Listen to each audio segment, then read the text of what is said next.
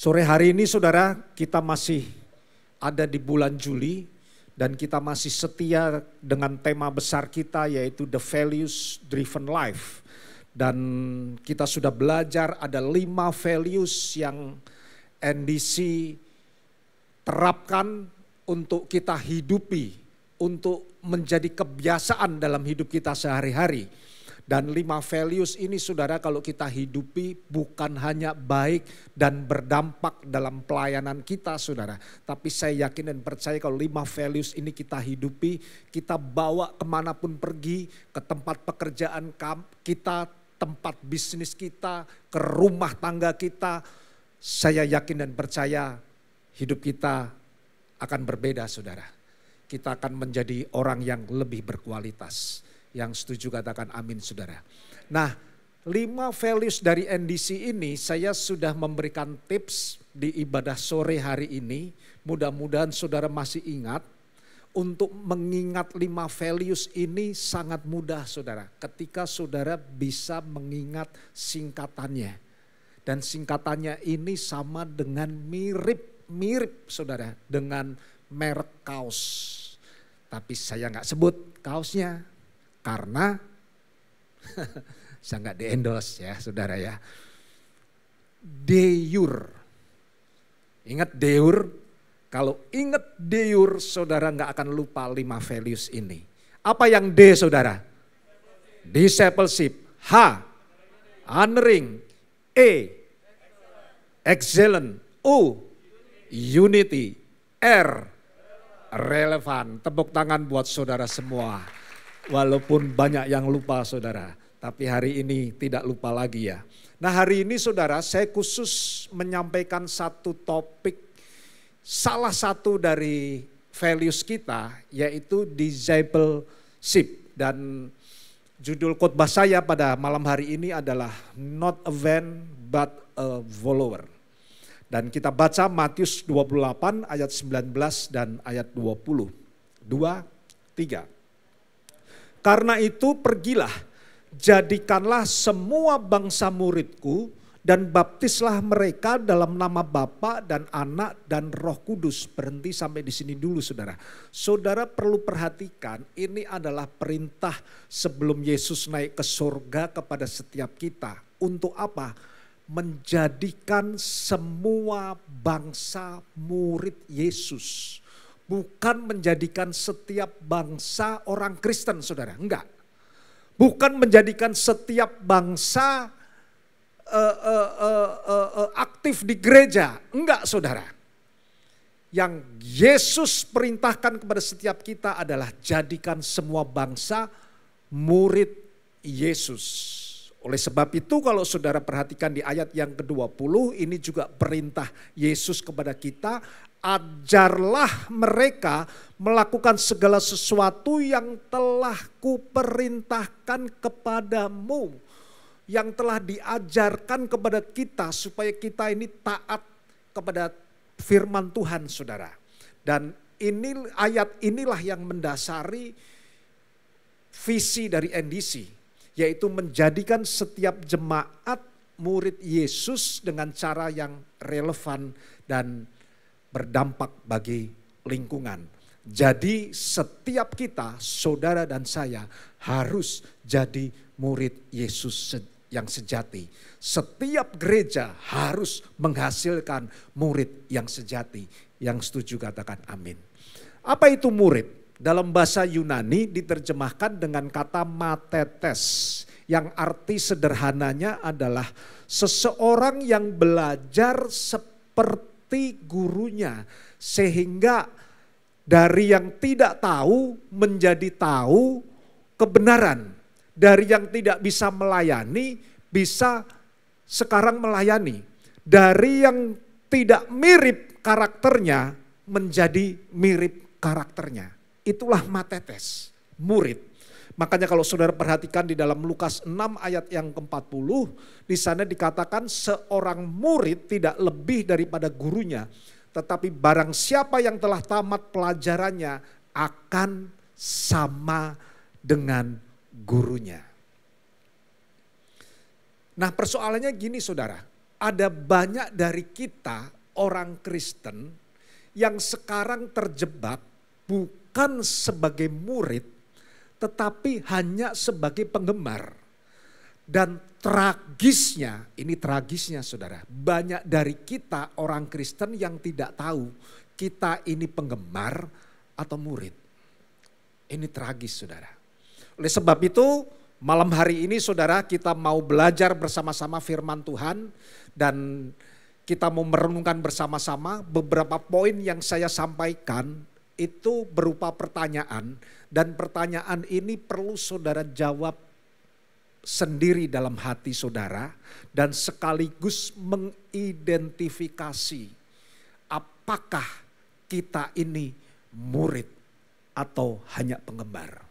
Saudara siap dengan beberapa pertanyaan ini? Ada 3 pertanyaan saudara. Pertanyaan yang pertama adalah apakah saudara dan saya, kita semua sudah menempatkan Kristus sebagai prioritas utama dalam hidup kita? Christ center saudara. Siapa dalam hidup kita ini yang kita utamakan? Siapa dalam hidup kita ini yang kita prioritaskan saudara? Apakah Yesus yang jadi prioritas utama dalam hidup kita?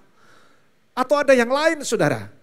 Mungkin uang kita yang jadi prioritas, pekerjaan kita, hobi, dan sebagainya saudara. Nah kalau ini semua yang jadi prioritas dalam hidup kita, hobi, pekerjaan, uang, pabrik kita, jabatan kita dan sebagainya saudara, maka sorry to say kita tidak akan pernah bisa menjadi murid Yesus yang sejati. Kita hanya akan sebatas sebagai fans, sebagai penggemar. Dan saya menyadari saudara, untuk menjadi murid itu gak gampang. Untuk menjadi murid yang sejati itu perlu perjuangan. Berat saudara. Ya, tapi itulah harga yang harus kita bayar untuk menjadi seorang murid. Coba kita baca Lukas 14 ayat yang ke-26. 2, 3. Jikalau seorang datang kepadaku dan ia tidak membenci bapaknya, ibunya, istrinya, anak-anaknya, saudara-saudaranya laki-laki atau perempuan, bahkan nyawanya sendiri, ia tidak dapat menjadi muridku. Berat saudara. Bahkan mungkin sebagian dari saudara berkata ini ayat nggak salah. Kok kita disuruh membenci orang tua kita, saudara-saudara kita. Enggak saudara, ayat ini enggak salah. Ya, tetapi kalau saudara baca di dalam terjemahan BIS, enggak secara hurufiah dikatakan kita harus membenci saudara. Dalam terjemahan BIS itu dikatakan kita tidak lebih mengasihi. Maksudnya begitu saudara. Makanya yang jadi prioritas utama dalam hidup kita itu harus Kristus. Jadi ayat ini bukan dimaksudkan untuk menciptakan perpecahan dalam keluarga saudara. Enggak saudara, sebab di ayat yang lain kita diperintahkan untuk menghormati, mengasihi orang tua kita, suami kita, istri kita, anak-anak kita, dan sebagainya saudara. Jadi maksud inti dari ayat ini adalah untuk menjadi murid Yesus, maka yang harus jadi prioritas utama kita, yang harus menjadi nomor 1 dalam hidup kita, tidak boleh ada yang lain kecuali Yesus Kristus yang harus ada di dalam hidup dan prioritas utama kita. Makanya berat memang tadi saudara. Coba saudara perhatikan Matius 10 ayat yang ke-37. Barang siapa mengasihi bapak atau ibunya lebih daripadaku, ia tidak layak bagiku. Dan barang siapa mengasihi anaknya laki-laki atau perempuan lebih daripadaku, ia tidak layak bagiku. Jadi sekali lagi jelas saudara, lewat ayat yang kita sudah baca, maka kita tidak boleh mengasihi lebih dari siapapun kalau kita mau jadi murid. Yang kita boleh kasihi lebih dari siapapun hanya satu pribadi, namanya Yesus Kristus. Dan dialah yang harus jadi satu-satunya prioritas utama nomor 1 dalam hidup kita. Pertanyaannya adalah apakah benar kita sudah menjadikan dia prioritas utama dalam hidup kita? Atau jangan-jangan proyek kita yang kita jadikan prioritas utama? Atau jangan-jangan hobi kita, saudara, yang jadi prioritas utama dalam hidup kita, saudara? Coba seandainya, ini seandainya, saya juga nggak tahu saudara, karena saya sudah ada di tempat ini dari siang tadi. Ini seandainya, ibadah terakhir ini kan jam 7 kan ya saudara ya. Seandainya jam 7 kurang 15 atau setengah 7 hujan deras. Saudara hadir nggak di tempat ini? Itu baru hujan loh. Jangan dijawab ya, jangan dijawab. Saudara hadir nggak? Apalagi kalau banjir, sedengkul, dengkul ayam kate maksud saya saudara. Apalagi, gak usah dijawab ya saudara. Saudara identifikasi aja, cek dalam diri sendiri. Apakah kalau hujan deras, hujan gerimis, banjir, saya tetap hadir mengutamakan Yesus di atas segala-galanya? Ada seorang pelari sprinter dari Skotlandia saudara, namanya Alan Wells. Ini pelari hebat. Di dalam Olimpiade Moskow tahun 1980, Alan Wells ini jadi juara pertama. Dia mendapatkan medali emas Olimpiade Moskow 1980. Begitu dia lari dengan kencang dan masuk finish yang pertama saudara, dia teriak Alan Wells ini. Bahwa kemenangan ini aku persembahkan untuk Eric Liddell.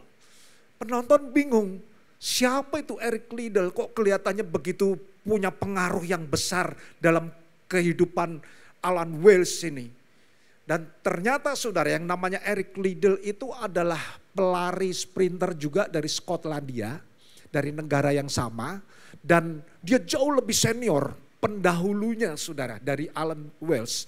Dan Eric Liddell itu pada zamannya nggak ada yang ngalahin saudara. Dia setiap pertandingan lari 100 meter, dia pasti juara. Kompetitornya hanya satu dari Inggris dan masih kalah lah saudara. Gitu. Nah, yang menginspirasi Alan Wells sehingga dia mengatakan kemenangan ini aku persembahkan buat Eric Liddell, itu gara-gara begini saudara. Satu hari dalam sebuah pertandingan Olimpiade, Eric Liddell itu masuk final. Lari 100 meter. Dan semua orang sudah berpikir gak mungkin ada yang bisa mengalahkan Eric Liddell. Karena catatan-catatan waktu larinya udah ketahuan saudara. Dia pasti paling cepat gitu.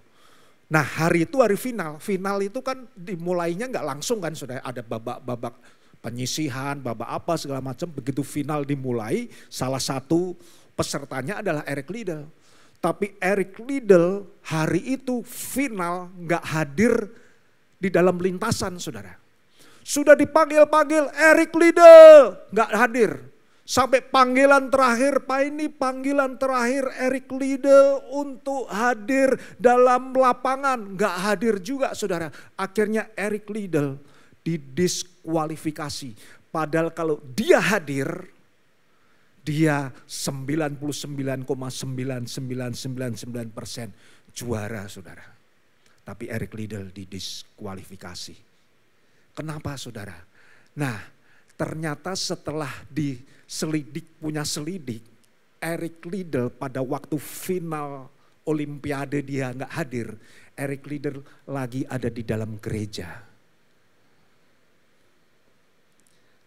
Dan dia lebih mementingkan gereja Tuhan di atas segala-galanya daripada final Olimpiadenya yang kemungkinan besar 99,9% dia juara. Dan itu menginspirasi banyak orang Skotlandia saudara. Eric Liddell berkata, aku sudah mendedikasikan hidupku kalau hari Minggu itu adalah hari buat Tuhan. Aku tidak mau melakukan kegiatan apapun kecuali hanya untuk Tuhan. Sebagian kecil masyarakat Skotlandia marah sama Eric Liddell, dianggap sebagai pengkhianat. Tapi sebagian besar mendukung Eric Liddell dan menjadikan dia pahlawan. Menginspirasi banyak orang, termasuk Alan Wells yang juara Olimpiade Moskow 1980. Dan Skotlandia terjadi revival yang luar biasa gara-gara Eric Liddell. Siapa dalam hidup kita yang kita utamakan, saudara? Kalau kita murid, maka yang kita utamakan, yang kita prioritaskan, yang kita nomor satukan adalah Tuhan Yesus Kristus. Dialah segala-galanya, melebihi dari apapun juga. Yang setuju katakan amin, kita kasih kemuliaan buat nama Tuhan. Pertanyaan yang kedua, saudara. Pertanyaan yang kedua yang perlu kita jawab dalam hati saja, saudara. Dan bisa mengidentifikasi apakah kita ini murid atau penggemar. Pertanyaan yang kedua adalah apakah saudara dan saya, kita semua sudah hidup dalam firman-Nya? Apakah kita semua sudah taat melakukan perintah firman Tuhan? Yohanes 8 ayat yang ke-31. Kita baca saudara bersama-sama. 2, 3. Maka katanya kepada orang-orang Yahudi yang percaya kepadanya, jikalau kamu tetap dalam firman-Ku, artinya taat melakukan firman-Ku, kamu benar-benar adalah murid-Ku. Jadi ciri murid adalah kalau ia taat melakukan firman Tuhan dan mengikuti teladan Tuhan. Sedangkan ciri penggemar itu dia hanya taat melakukan firman Tuhan kalau firman Tuhannya cocok sesuai dengan hidupnya. Baru dia taat. Kalau enggak taat. Sebenarnya saudara, kalau mau tahu secara gampang, kita ini penggemar atau murid, gampang. Saudara mau tahu enggak? Gampang saudara, taunya dari mana? Dari gini, ketika saudara baca Alkitab, yang saudara garis bawahi, yang saudara catat, yang saudara stabilo, itu kalau hanya janji-janji Tuhan, itu penggemar.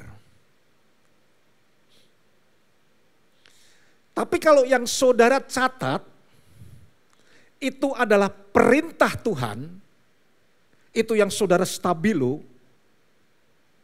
itu murid. Boleh tanya kiri kanan saudara, kamu yang mana? Gitu. Carilah dahulu kerajaan Allah dan kebenarannya, maka semua akan ditambahkan kepadamu. Nah, fans sukanya kalimat terakhir, maka semua akan ditambahkan kepadamu. Yang pertamanya gak suka saudara. Makanya yang di stabilo, maka semua ditambahkan kepadamu. Yosua 1 ayat yang ke-8. Jangan lupa memperkatakan Taurat ini, renungkanlah siang dan malam dan bertindaklah hati-hati sesuai dengan apa yang ada di dalamnya. Di dalamnya kan di dalam Taurat, di dalam Alkitab. Maka perjalananmu akan berhasil dan beruntung. Fan sukanya di maka tadi. Perjalananmu akan berhasil dan beruntung. Itu yang di stabilo merah, kuning, hijau di langit yang biru. Memperkatakan Taurat, merenungkan Taurat, gak mau. Kan repot sudah. Kita mau janjinya, tapi gak mau perintahnya. Semua itu sebab akibat. Yang maka tadi janji Tuhan itu akibat. Akibat ini bisa terjadi karena ada sebab. Saudara ngerti gak sampai sini? Nah kalau sebabnya ini tidak dilakukan, tidak terjadi akibat saudara. Makanya jangan sedikit-sedikit aku klaim janji Tuhan. Aku klaim janji Tuhan. Bahwa janji Tuhan ya dan amin. Betul janji Tuhan ya dan amin. Tapi kalau saudara hanya janji Tuhan, klaim janji Tuhan. Saya khawatir saudara kecewa. Karena yang saudara fokus hanya janji. Padahal janji itu adalah akibat, bukan sebab. Kalau saudara fokus di sebab, maka akibat itu akan mengikuti. Betul saudara? Saudara dengar pengumuman di sosmed, di koran, di mana-mana. Bahwa untuk pembelian Avanza hanya minggu ini, maka saudara akan mendapatkan langsung hadiah free. X-Max, Yamaha X-Max. Waduh, belum pernah terjadi itu di belahan dunia manapun saudara. Dan ini kesempatan. Hanya 1 minggu, saudara datang ke showroom, saudara ketemu dengan sales girl-nya, saudara bilang apakah betul pengumuman ini? Betul Pak, gitu. Kalau gitu saya mau ambil hadiah free-nya, X-Max-nya. Oh nggak bisa Pak, Bapak harus beli Avanza-nya dulu. Saya nggak mau beli Avanza-nya, saya mau ambil free-nya, X-Max-nya. Nggak bisa Pak, loh kalau nggak bisa penipuan, saya laporkan polisi. Ini kan sencingping, saudara. Mau hadiahnya, tapi syarat dan kondisinya nggak mau. Sencingping. Mau janjinya, tapi perintahnya nggak mau. Itu namanya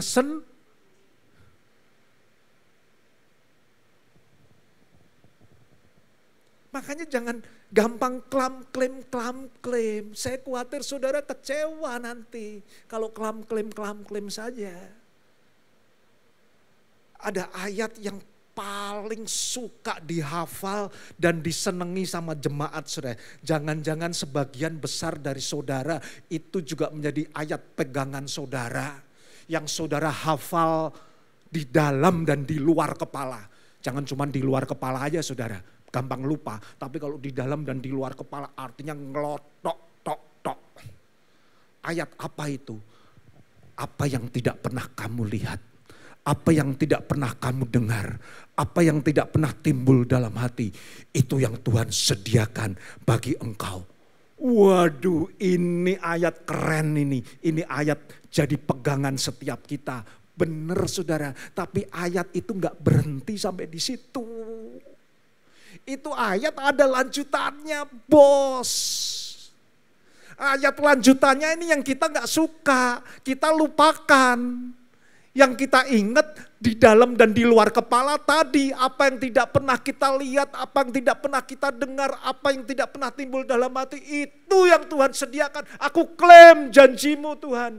Padahal ada kalimat selanjutnya. Kalimat selanjutnya apa saudara? Bagi mereka yang mengasihinya. Kita mengasihi enggak saudara? Kita taat enggak sama firman-Nya?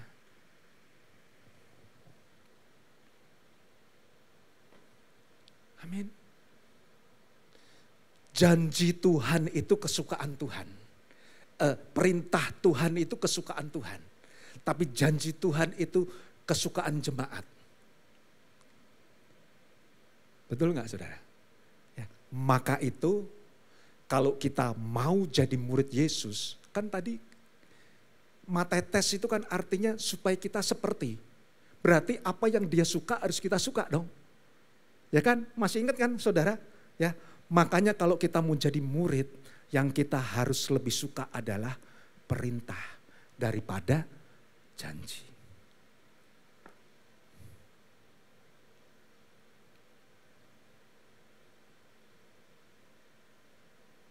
Jangan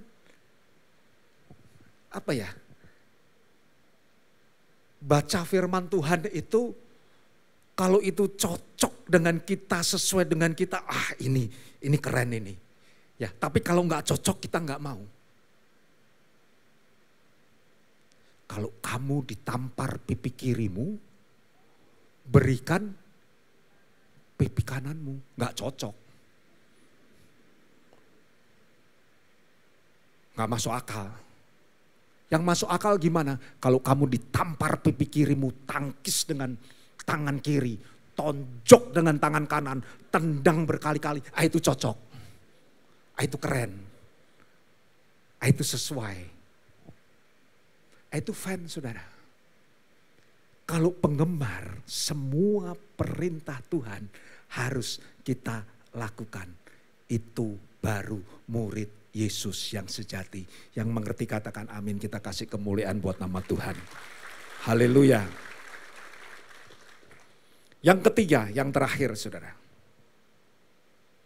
Pertanyaan yang ketiga yang perlu kita jawab dalam diri kita dan sekaligus bisa mengidentifikasi apakah kita ini murid atau sekedar penggemar saudara. Maka pertanyaan yang ketiga yang perlu kita jawab adalah apakah saudara dan saya sudah berkomitmen penuh pada Kristus. Jadi kata kunci pertanyaan yang ketiga ini adalah komitmen. Katakan bersama-sama saudara, 2, 3. Komitmen. Apa sih arti dari komitmen? Secara sederhana saudara, supaya kita gampang mengingat, arti atau definisi dari komitmen adalah menjalin hubungan keterikatan. Itu komitmen. Komitmen apa saudara? Menjalin hubungan keterikatan. Itulah yang namanya komitmen. Dan dalam setiap aspek kehidupan kita, siapapun kita, status apapun yang kita sandang, kita perlu yang namanya komitmen. Setuju? Jadi suami perlu komitmen. Jadi istri perlu komitmen. Melayani Tuhan perlu komitmen. Saudara sebagai pekerja di kantor perlu komitmen. Sebagai pengusaha perlu komitmen. Jadi murid juga perlu yang namanya komitmen. Punya hubungan keterikatan. Sebab kalau kita nggak punya komitmen, berantakan saudara. Berantakan, kacau semua saudara. Nah kalau fans itu nggak butuh komitmen saudara. Fans itu kerjanya cuma sebagai pengamat, nonton, nggak ikut bertanding, nggak ikut lari sana lari sini, nggak ikut keringetan saudara, nggak ikut susah payah. Tapi kalau tidak sesuai dengan ekspektasinya, dia marah, dia kritik dengan pedas, dia maki-maki saudara, dan dia tinggalkan. Itu fans. Fans itu hanya muncul kalau ada events, sementara follower, pengikut, itu dia akan muncul setiap saat, bukan hanya kalau ada event. Dan dia tetap setia karena komitmen tadi saudara, hubungan keterikatan. Fans, begitu dia kecewa, dia balik badan saudara, dia tinggalkan. Kalau follower enggak gitu, dia tetap setia. Amin. Saya ini hobi olahraga saudara, dan hobi nonton sepak bola. Dan saya paling hobi nonton sepak bola Liga Inggris. Dan saya sudah berpuluh-puluh tahun ngefans dengan satu klub di Inggris namanya Manchester United saudara. Dan ini buktinya saudara. Waktu anak saya yang pertama, laki-laki, kelas SMP 1 atau SMP 2 saya lupa saudara. Saya cuma punya 2 anak, satu cowok, yang cewek ini sekarang ikut saya. Yang cowok sekarang udah married saudara. Ya, berarti ini kejadian udah lama sekali. Anak saya waktu SMP 1, SMP 2 ngefans dengan klub sepak bola dari Italia namanya Inter Milan. Dan waktu itu Inter Milan punya striker, punya ujung tombak yang memang top saudara. Namanya Christian Vieri. Jadi kalau saudara hobi sepak bola, saudara akan tahu MU, Inter Milan, Christian Vieri dan sebagainya saudara. Nah satu hari dalam kejuaraan Piala Champion, MU, Manchester United ketemu melawan Inter Milan saudara. Dan kalau pertandingan itu disiarkan secara live di Indonesia, di Jakarta, Piala Champion itu always always saudara, jam 2 pagi. Always. Jam 2 pagi, live. Karena saya ngefan, saya nonton jam 2 pagi. Ya, pada waktu saya nonton di kamar saya, saudara, saya kok dengar di ruang tamu karena nggak jauh dari ruang, kok kelihatannya ada yang buka televisi juga nih gitu. Saya keluar dari kamar, ternyata anak saya yang SMP 1 itu nonton juga, saudara. Padahal besok sekolah, itu hari weekdays, nggak Piala Champion tuh nggak pernah weekend, sudah selalu weekdays. Saya bilang, loh, kamu besok sekolah, kok nonton? Fans papi, Inter Milan, Inter Milan. Akhirnya saya berdua nonton sama dia. 1 MU, 1 Inter Milan. Ya, pada waktu pertandingan seru banget, sudah. Wah, itu serangan silih berganti. Anak saya udah, wah, kalau mau gol nggak jadi, aduh gitu. Sampai 1 titik di menit keberapa saya lupa, saudara. MU berhasil membobol gawang Inter Milan 1-0, saudara. Dan anak saya kecewa banget, dia sedih banget. Saya lihat kasihan juga. Tapi dalam hati saya, yes. MU. Yang saya mau saksikan begini, saudara. Gak berapa lama setelah kejadian ini, anak saya datang ke saya. Dia ngomong, papi, sekarang aku gak Inter Milan lagi. Aku gak mau ngefan Inter Milan lagi. Lah terus kamu ngefan siapa? MU. Katanya, like father like son. Ya. Dan sampai hari ini kita sama-sama MU, saudara. Yang saya mau tanya begini loh, saudara. Kenapa sih anak saya yang ngefan sekolah SMP 1 aja sampai jam 2 pagi gara-gara Inter Milan main. Tapi kok sekarang balik arah. Dia gak ngefan lagi sama Inter Milan, bisa balik ke MU. Bisa ngefan ke MU. Kenapa, saudara? Jawabnya sederhana. Komitmen. Apa arti komitmen? Masih ingat? Hubungan keterikatan. Karena tidak ada komitmen, tidak ada hubungan keterikatan. Dia gampang aja balik badan. Dan ternyata, saudara, banyak sekali dijumpai murid Yesus tidak punya komitmen sehingga gampang balik badan.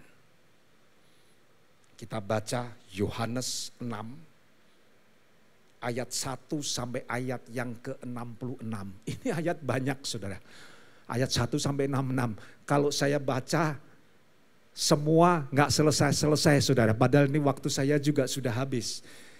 Kita baca highlightnya, ya. Saudara, saya kasih PR. Baca ayat 1 sampai 66. Kalau murid PR pasti dikerjakan. Kalau penggemar nggak mau tahu, kan gitu, saudara ya. Terserah saudara, jawab dalam hati.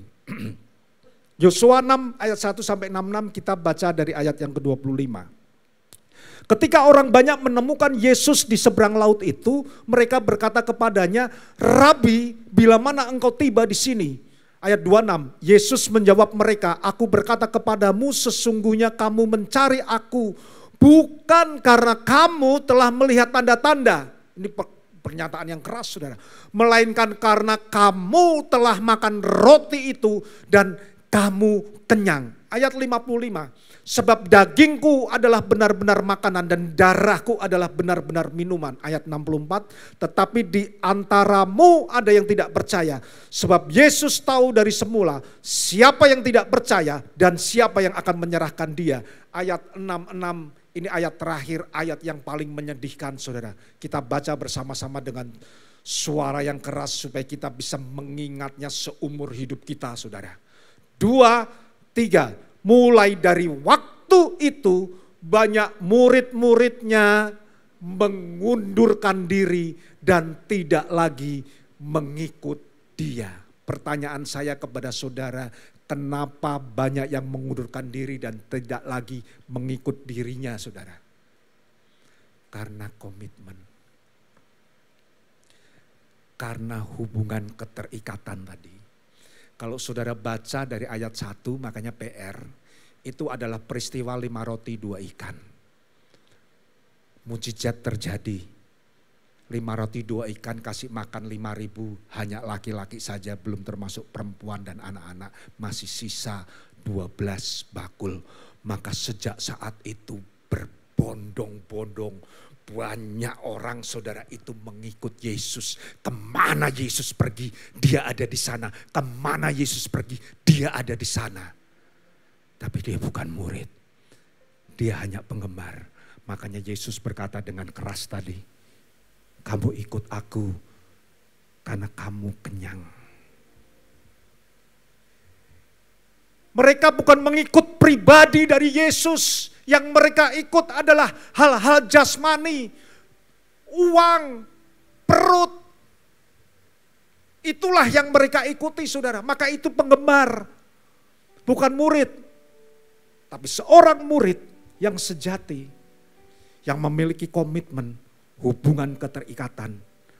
Walaupun perutnya tidak dikenyangkan, walaupun sakitnya tidak disembuhkan, walaupun doanya belum dijawab, dia tetap setia karena komitmen, hubungan, keterikatan. Doa saya kepada setiap saudara, biarlah setiap saudara menjadi murid Yesus yang sejati. Karena itulah yang dikehendaki Yesus dalam setiap kehidupan kita. Selamat menjadi murid Yesus yang sejati. Tuhan Yesus memberkati saudara semua. Amin.